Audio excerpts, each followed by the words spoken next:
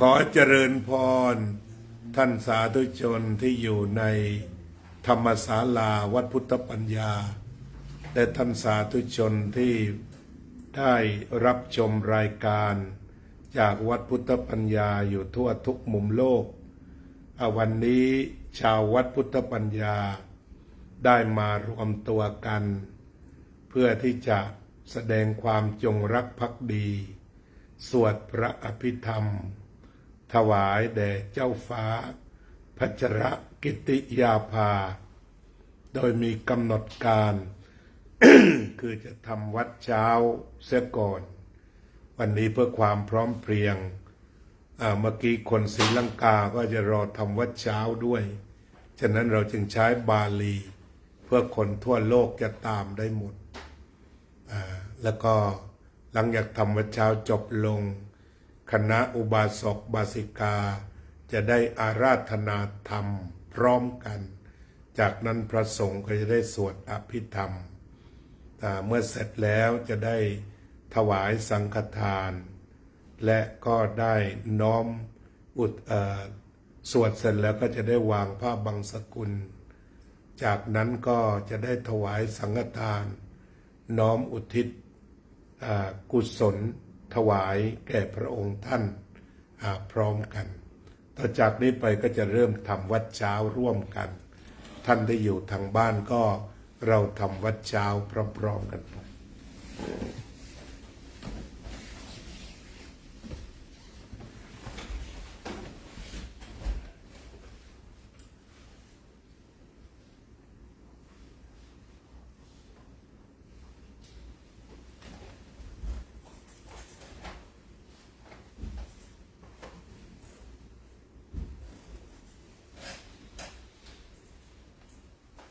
อะระหังสัมมาสัมพุทโธภะคะวาพุทธังภะคะวันตังอะภิวาเทมิสวากขาโตภะคะวะตาธัมโมธัมมังนามัสสามิสัพพติปันโนภะคะวะโตสาวกสังโฆสังฆังนะมามิหันธรรมยังพุทธัสสะภะคะวะโตปุปภาคณมการังกโรมาเสนะโมตัสสะภะคะวะโตอะระหะโตสัมมาสัมพุทธัสสะนะโมตัสสะภะคะวะโตอะระหะโตสัมมาสัมพุทธัสสะนะโมตัสสะภะคะวะโตอะระหะโตสัมมาสัมพุทธัสสะหันธรรมยังพุทธาภิตุติงกโรมาเสโยโสตถาคโตอะระหังสัมมาสัมพุทโธวิชาจารณสัมปันโนสุขโตโลกวิทูอนุตตโรปุริสธรรมสารทิสัทธาเทวมนุสสานังพุทโธภะคะวาโยอิมังโลกังสเทวกังสมาลกังสัพพะมะกังสัสสะมะนะคัมมะนิงปัจจังสเทวมนุสสังสยังอภิญญาสัจจิกัตตวะภเวเทสีโยธัมมังเทเสสิอาทิกัลยาณังมัชฌ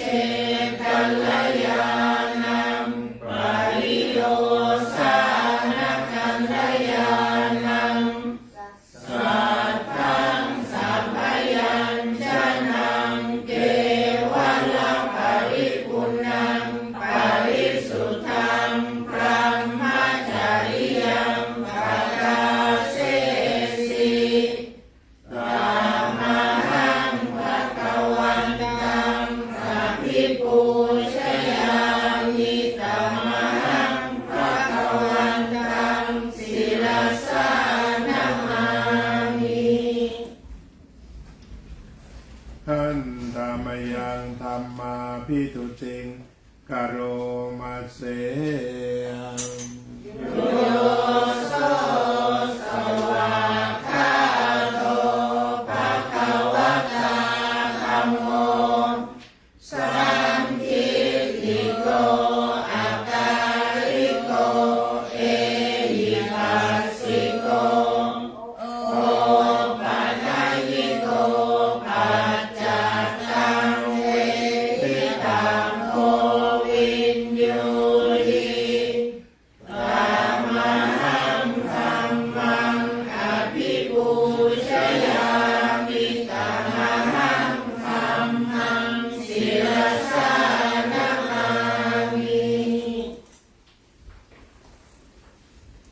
ท่านธรรมยังสังฆาปิทุติงกโรมาเส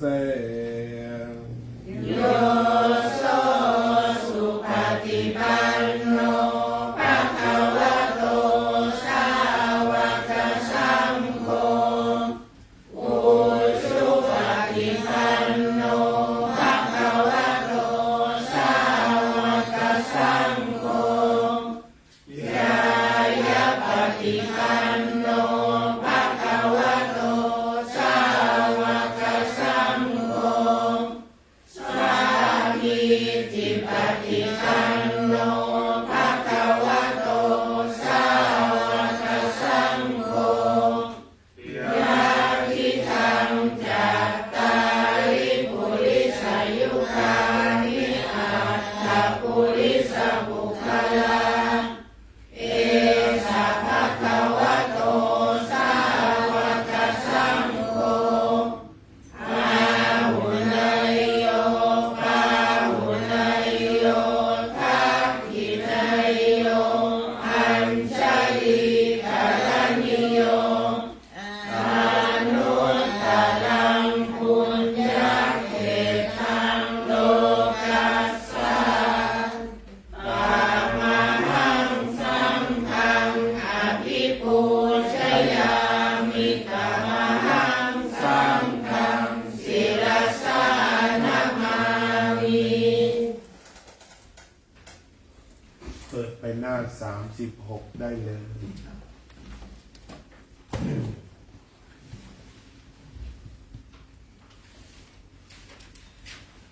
For you 24 in English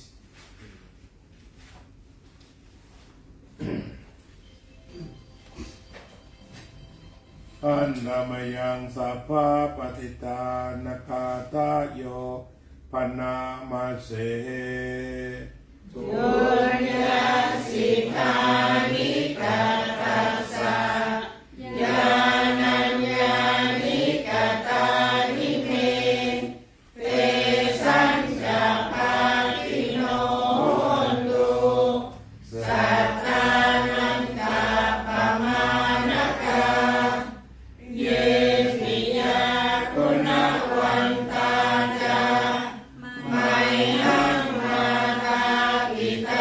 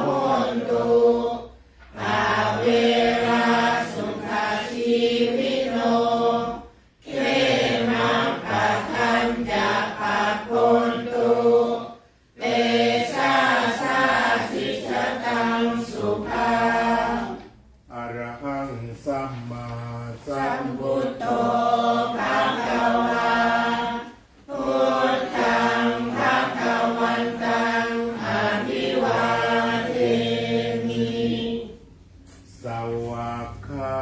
โตภะ คะวะตาธัมโมธัมมังนามัสสามิ โลปฏิปันโนภะ ภะคะวะโตสาวกสังโฆ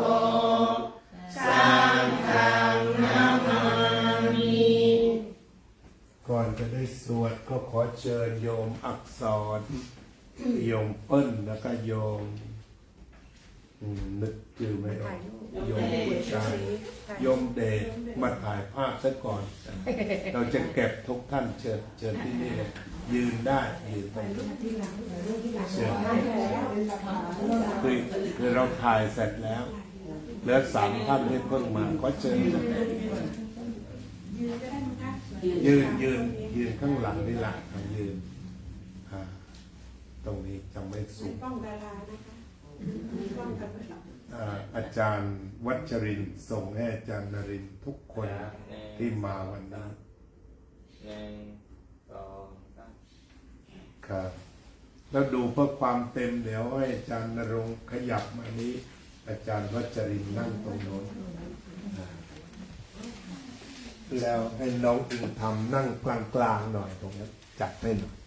จะได้เต็มใช่ไหมคะ ใช่ดูดีครับให้ขยับทีนี้ภาพพระสวดนะโยมเป็นผู้เก็บนะฮะที่นั่งกันเนี่ยโยมเป็นผู้เก็บโยมเพิ่งมาใช่ไหมได้ถ่ายภาพแล้วยังเชิญมาถ่ายซะอย่าปฏิเสธฟังตามอย่างเดียวเ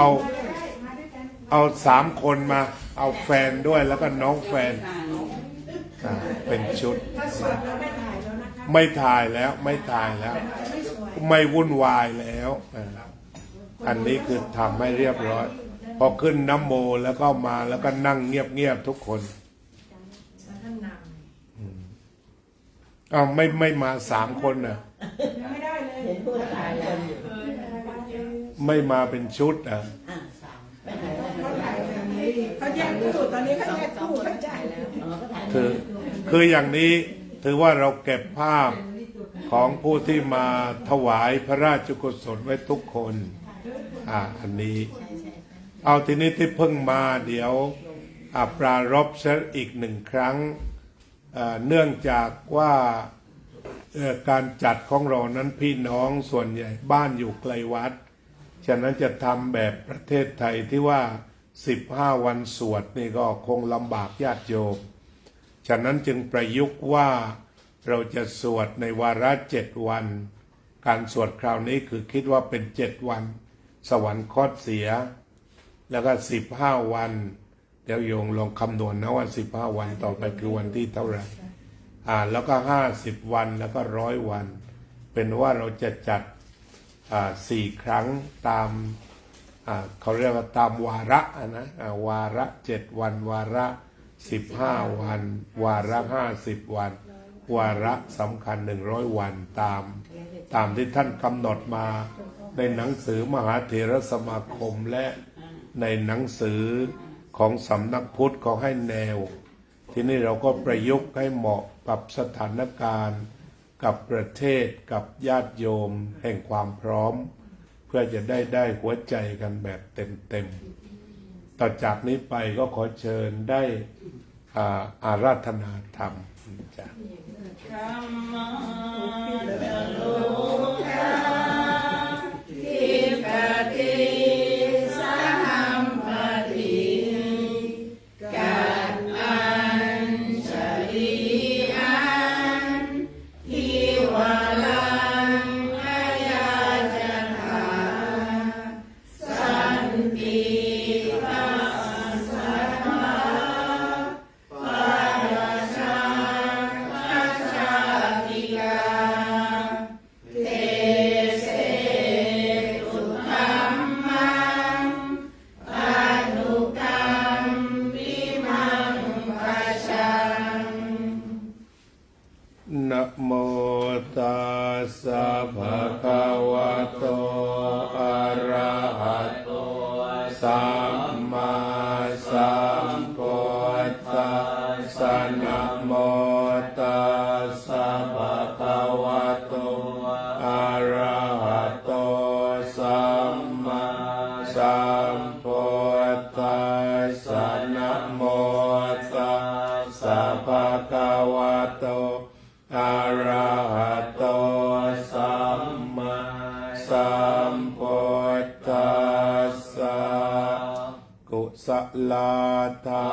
มาอากุศลธรรมะอาปยากตาธรรมะกตเมธรรมะกุศลายัสสมิงสมัยเยกามาวจารังกุศลังจิตตังโอปันนังโหติโสมานะสัสสะกตังญาณสัมปยุตตังรูปารามนังวาสัทธารามนังวาคันธารามนังวารสารามนังวาปุถตาภารามนังวาธรรมารามนังวายังวาปนาราปตัสสมิงสมัยเยปัสโสโหติอเวกเขโปโหติเยวาปนาตัสสมิงสมัยเยอัญเยปิอาติปติจะสมุปปันนาอโรปิโนธัมมาอิเมธัมมากุศลาปัญจขันธาโอปาขันโตเวทนาขันโตสัญญาขันโตสังขาราขันโตวิญญาณขันโตตัทกตโมโรปะขันโตยังกินจิโรปังอติตานากตปัจจุปันนังอาจาตังวาปอิทธาวาลาริกังวา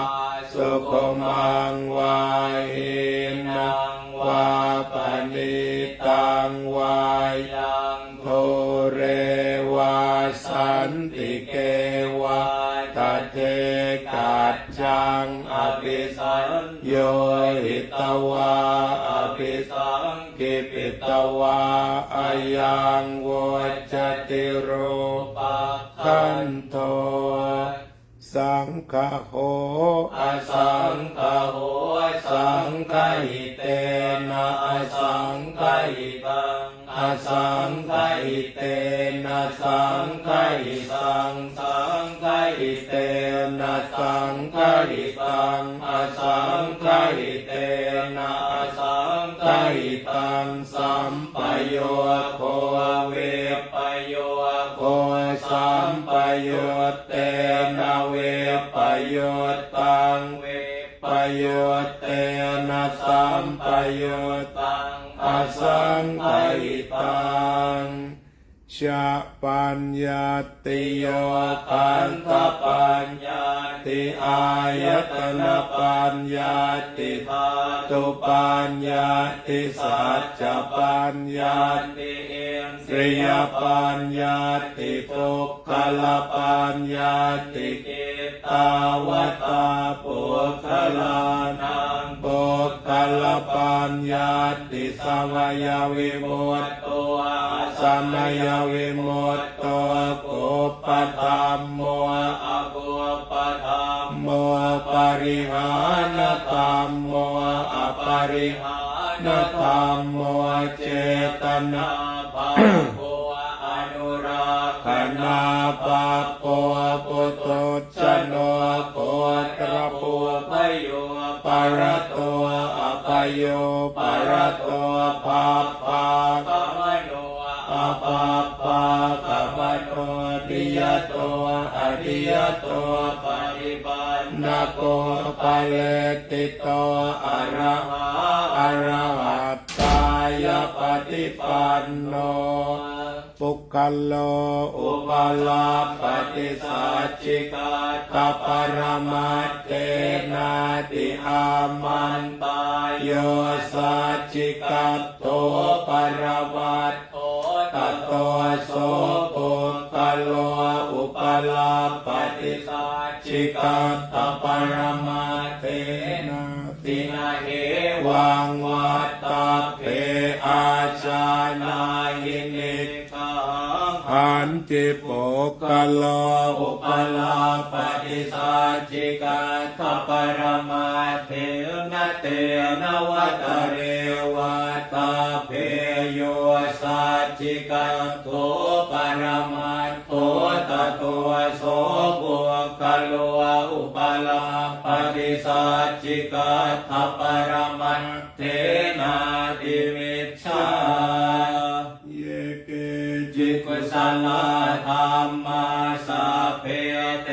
กุศลมูลาเยวาปนกุศลมูลาสัพเพเตธรรมากุศลาเยเกจิตกุศลธรรมาสัพเพเตกุศลมูเลนะเอกมูลาเยวาปนกุศลมูเลนะเอกมูลาสัพเพเตธรรมากุศลา เหตุปัจจโย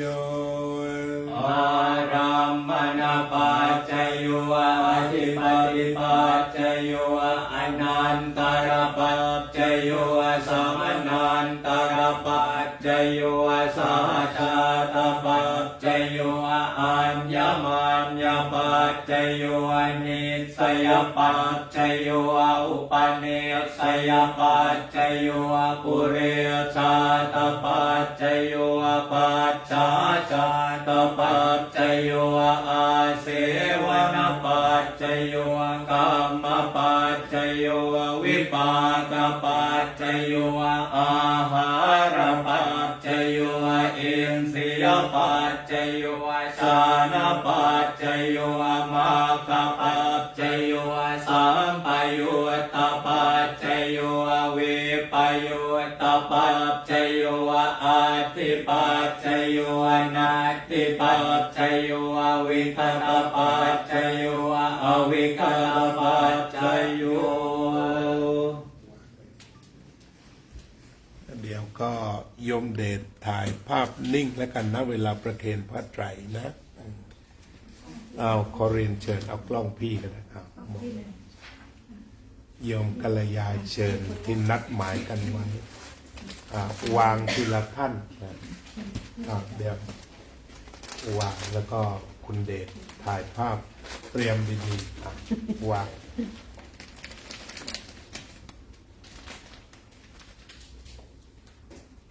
ทำต่อไปช้าๆยืนมุมดีๆ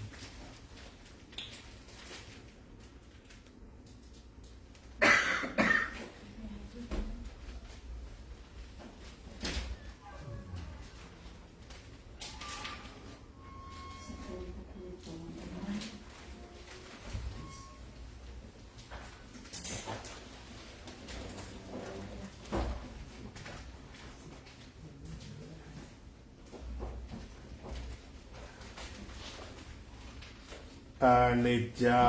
วัตสังขาราอุปาทวยธรรมิโนโอปาจิตวานิโรจันติเตสังอุปสมโมสุโข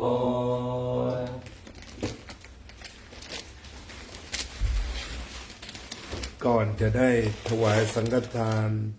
มีเวลานิดหนึ่งขอเชิญท่านที่เพิ่งมาถึงถ่ายภาพอีกหนึ่งครั้งเชิญ3 ท่านรู้สึกจะมาโยมเสื้อขาวแล้วก็โยมชูศรีเขาเชิญมาถ่ายภาพที่นี่มาพร้อมกันเลยมาทีเดียวทั้งหมดเลย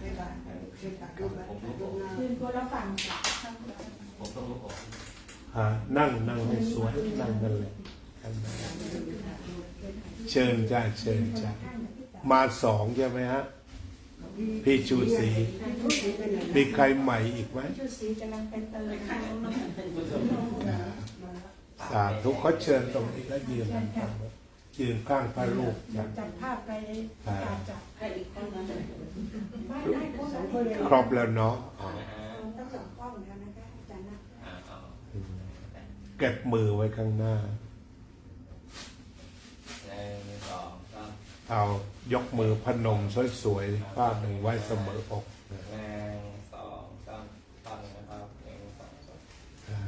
เจริญพรต่อไปก็จะเป็นการกล่าวคำถวายสังฆทาน ซึ่งเป็นตอนเอาไว้พรุ่งนี้ตอนสำคัญของการถวายพระราชกุศลรอแป๊บหนึ่งให้พร้อม ช่วงนี้ก็ขอบคุณและก็อนุโมทนาทุกท่าน ที่ได้มาแสดงความจงรักภักดีทางวัดเราไม่ได้ทราบก็รีบแจ้งและกำหนดว่าจะมี4 ครั้งนั่นก็คือในช่วง7 วัน15 วัน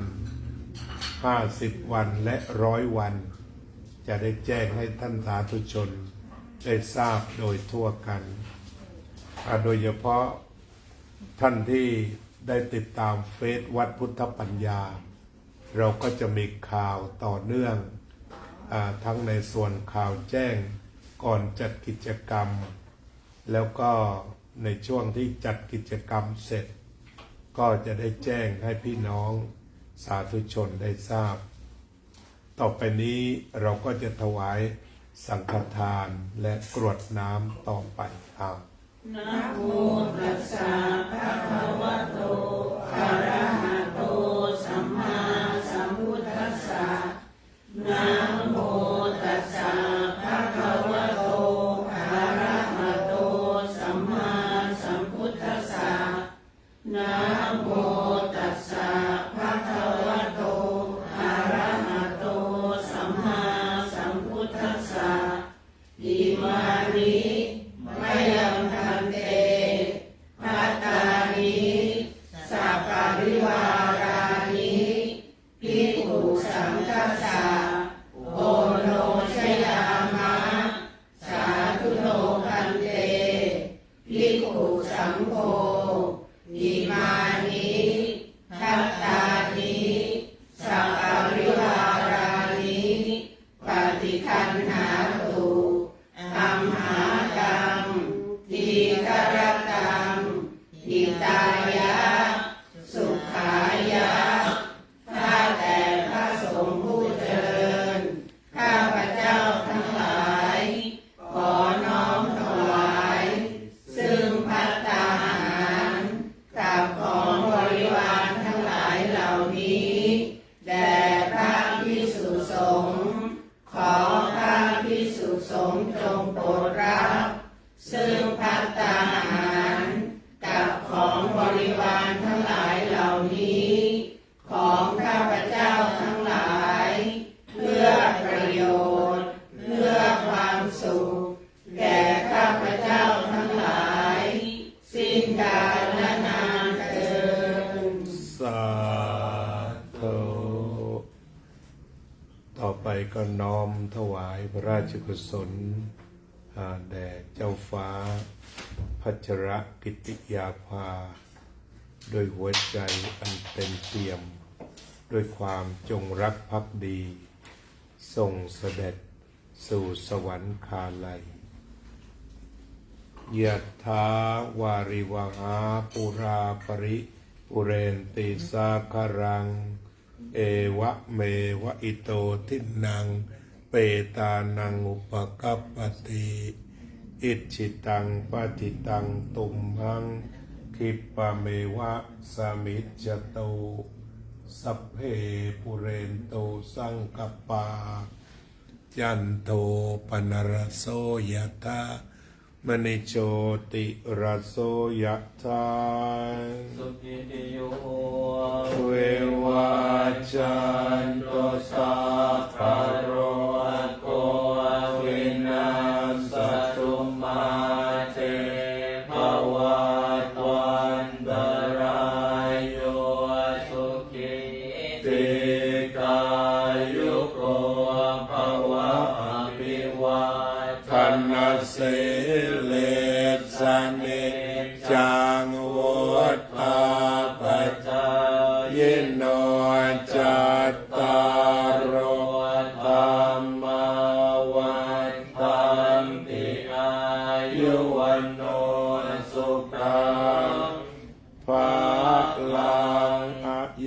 จักโคตา กินาเจ เตนาสังฆังติโสปะเตติตาติคารตังหิตายาสัทธานาโสอุปกา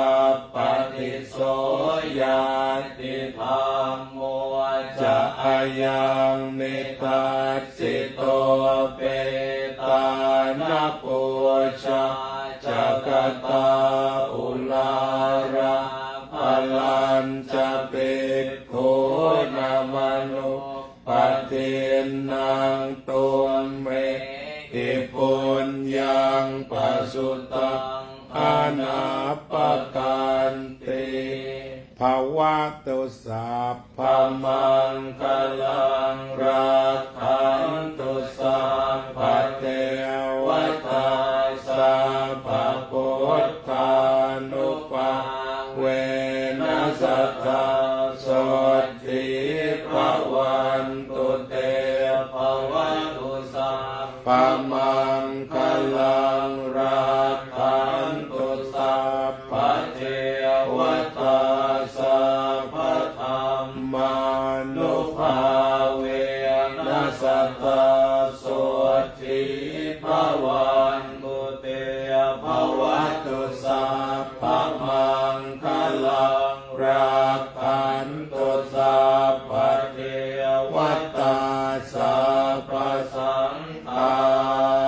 นุภาเวนัสสทธาโสติภวันตุเต ขอบคุณท่านสาธุชนทั้งหลายที่ได้มาร่วมการบำเพ็ญกุศล ถวายเป็นพระราชกุศล แก่เจ้าฟ้าพัชรกิติยาภาโดยทั่วกัน มีผู้ชมทางบ้านทางติ๊กต็อกท่านด็อกเตอร์พระมหานัทจากจังหวัดนครศรีธรรมราช ขอบคุณมากครับที่มาร่วมงานข้ามขอบฟ้าคราวนี้ ส่วนทางนี้ก็มีโยมพรทิพย์ก็มาร่วมด้วย โยมนันทิยาเกตชาติ โยมรุ่งนภาโรจนะบุรานนท์จากประเทศไทย ก็ขออนุโมทนาและขอยุติการถ่ายทอดสดไว้เพียงแค่นี้ เพื่อพระสงฆ์จะได้ฉันภัตตาหารตามเวลาอเมริกาต่อไป จะว่าเดี๋ยวเวลาพี่เดิน เพราะว่าตอนนี้มันตีหนึ่ง ตีหนึ่งมันไต